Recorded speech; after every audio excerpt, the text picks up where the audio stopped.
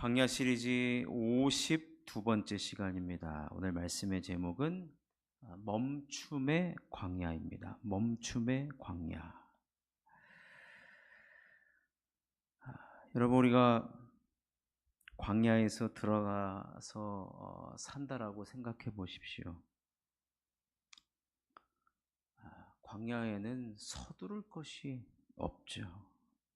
모든 것이 느릿느릿 움직이거나 멈추어 있습니다. 근데 여러분, 우리가 지금 살아가고 있는 세상은 전력 질주를 하고 있습니다. 사실은 전력 질주. 얼마 전에 TV를 보니까 29살 청년이 그 좋은 삼성 반도체를 그만두고 대구에서 버스 기사를 해요. 버스 기사. 너무 치열하게 사는 삶. 이리 치이고 저리 치이고 너무 지쳤다라는 거예요. 여러분, 오늘 말씀의 배경은 베드로와 요한이 기도 시간이 돼서 성전에 기도하러 올라가다가 성전 문에 앉아 구걸하는 안진뱅이를 봅니다. 근데 이 기도하러 가기 전에 무슨 사건이 있었냐면, 아시다시피 오순절날 성령께서 강림하셔서 베드로와 요한도 성령을 받고 수많은 사람 앞에서 하나님의 큰 일을 말합니다. 그때 3,000명이 회개하고 주님께 돌아오는 역사. 그래서 예루살렘 교회가 생겨나죠. 3,000명이 한꺼번에 여러분 회심해서 신앙생활을 하고 교회가 세워졌다. 베드로와 요한이 얼마나 바빴겠습니까? 그런데 그들이 그런 가운데서도 성전에 기도하러 갔습니다. 근데 가다가 예전 같았으면은 무시하고 지나쳤을 수도 있습니다. 왜냐하면 늘상 성전 문 앞에는 안진뱅이, 또 구걸하는 사람들, 여러 종류의 사람들이 성전 문 앞에 앉아 있었기 때문에 그래요. 근데 오늘따라 웬일로 베드로와 요한이 그들을 주목하여 봅니다. 읽진 않았는데 4절 말씀 보니까 베드로가 요한과 더불어 주목하여 이르되 우리를 보라 하니, 그들이 가던 길을 멈추지 않았으면 사실은 그 안진뱅이를 볼 수도 없었고. 왜요? 기도하러 가기 지금 바쁘단 말이에요. 근데 멈추었을 때, 그들이 멈추었을 때 그 안진뱅이를 보았고, 오늘 본문 말씀처럼 베드로가 은과 금은 내게 없거니와 내게 있는 이것을 내게 주노니 나사렛 예수 그리스도의 이름으로 일어나 걸어라. 여러분, 이 반대편으로 생각하면 이 안진뱅이는 베드로와 요한을 만나서 인생의 최고의 기적을 맛보았습니다. 그런 하나님의 역사가 어떻게 이루어졌느냐? 그들이 멈추고 이 안진뱅이를 주목했을 때 벌어진 겁니다. 여러분, 우리의 심장은 멈춘 적이 없습니다. 지금까지 멈춘 적 있습니까? 24시간 내내 쉬지 않고 계속 뜁니다. 근데 실상 들여다보면 심장은 하루 24시간 중에 9시간만 일한다고 합니다. 나머지 15시간은 쉰대요. 오므라들었다가 폈다 하면서 그 사이에 쉰다라고 합니다. 심장이 잠깐씩 쉬기 때문에 멈추지 않고 박동할 수 있듯이 여러분 때로 우리의 삶에 멈출 때가 필요하다라는 겁니다. 멈출 때가. 근데 이 설교를 들으면서 내가 이제 기도를 좀 멈출 때가 되지 않았는가? 아니면 교회의 이 헌신과 섬김을 좀 멈출 때가 그렇게 오해하시면 절대로 안 됩니다. 절대로 안 돼요. 여러분 제가 군대에서 사격 훈련을 받을 때 총을 쏩니다. 총을 쏠 때요. 정조준을 하죠. 관역을 보고 조준을 합니다. 그런 다음에 이 격발을 하면 되는데 격발하기 전에 잠깐 숨을 멈춰야 됩니다. 멈춰야 돼요. 멈춘 다음 격발을 합니다. 그래야 명중할 수가 있습니다.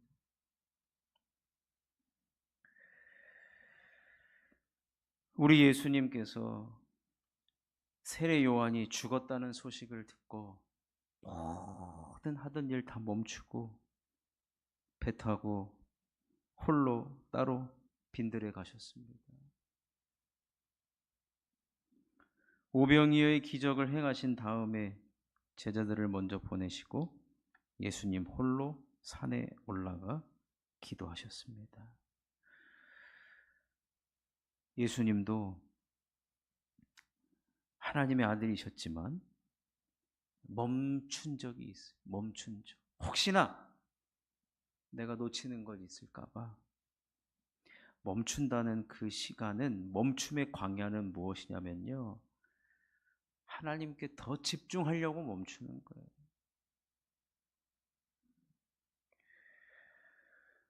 여러분, 우리도 참 분주하고 바쁜 일상 생활 가운데 때로는 멈춤의 광야가 우리도 있어야 됩니다. 멈춤의 광야.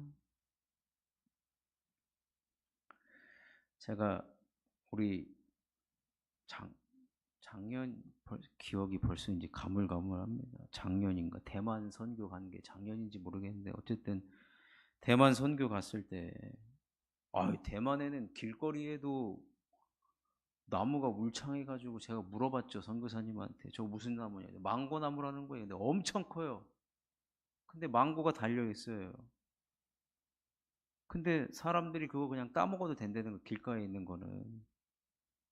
근데 옆에 똑같은 엄청나게 큰 망고 나무가 있는데 그거는 망고가 하나도 안 열린 거예요.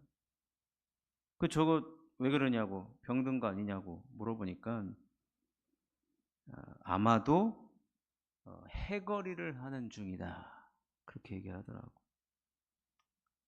해거리. 있는 힘을 다해 열매를 맺다가도 어떤 해에는 열매를 맺지 않습니다. 병든 것도 아니고 걸음을 안 준 것도 아니고 감은 것도 아닌데 그 나무가요 알아서 쉬는 거예요. 알아서.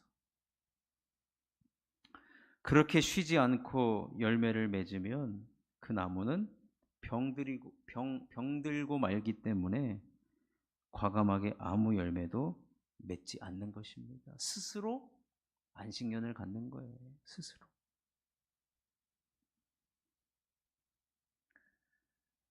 그래서 그 해에는 내가 열매를 맺으면 나는 죽을지 몰라.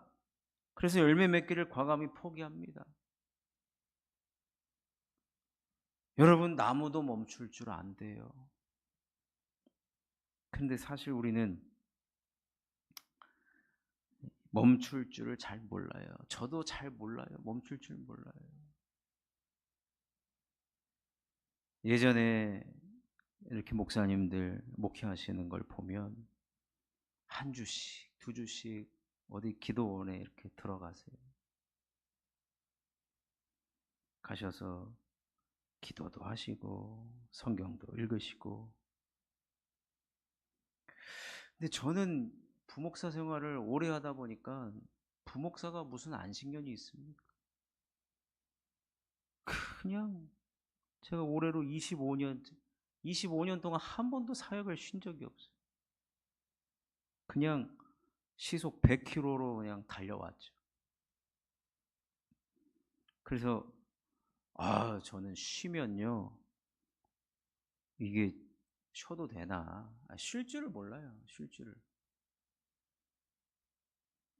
제가 그래서 오늘 말씀을 준비하다가 저랑 너무 안 맞는 말씀이라 안 맞는 옷을 입은 설교를 지금 어, 해야 하는데, 지금도 사실 불편합니다. 멈춤의 광야.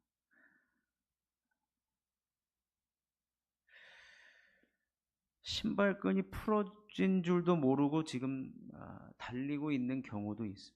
여러분, 무작정 달린다고 해서 우리 그리스도인들은 무작정 달리는 게 중요하지 않습니다. 제대로 된 방향을 가야죠. 근데 내가 저쪽으로 가야 되는데 지금 계속 이쪽으로 가고 있다 그러면요, 속도를 줄이면서 가야 돼요. 사실은 자동차 코너 돌 때 속도 줄이면서 돌듯이 때로는 속도 줄일 때가 있고 속도를 밟을 때가 있다라고 보여집니다. 그런데 여러분, 이 멈춤의 광야가 필요할 때는 언제냐? 오늘 베드로와 요한은 성령 받고 지금 엄청난 부흥이 날마다 지금 이루어지고 있거든요. 날마다 믿는 자의 숫자가 더하여진다. 성전에 기도하러 가는 것 자체가 여러분 멈춤의 광야입니다. 너무 일상이 분주하고 바쁠 때 오히려 기도해야 된다는 겁니다. 제가 강도사 인허를 딱 받을 때 그때 같이 사역하던 목사님 한 분이 저한테 책을 선물해 줬어요. 그 책 제목이, 그 책의 저자가 누구냐면 빌 하이벨스. 너무 바빠서 기도합니다. 저보고 그러는 거예요. 강도사님, 사역하다가 바쁘겠지만 오히려 그때 잠깐 멈춰서서 기도하셔야 됩니다. 저한테 그러는 거예요.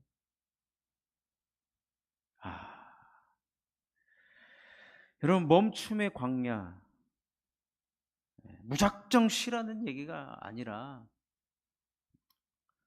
오히려 그럴 때 너무 바쁘고 너무 정신없을 때, 기도할 시간조차 없다라고 생각될 때, 여러분 그때가 그것을 멈추고 기도해야 될 때이고 하나님과의 관계를 더 잘 살펴야 될 때이고, 오늘 베드로와 요한은 그때 평소에 보지도 않았던 사람들이 이제 눈에 들어오기 시작한 거죠.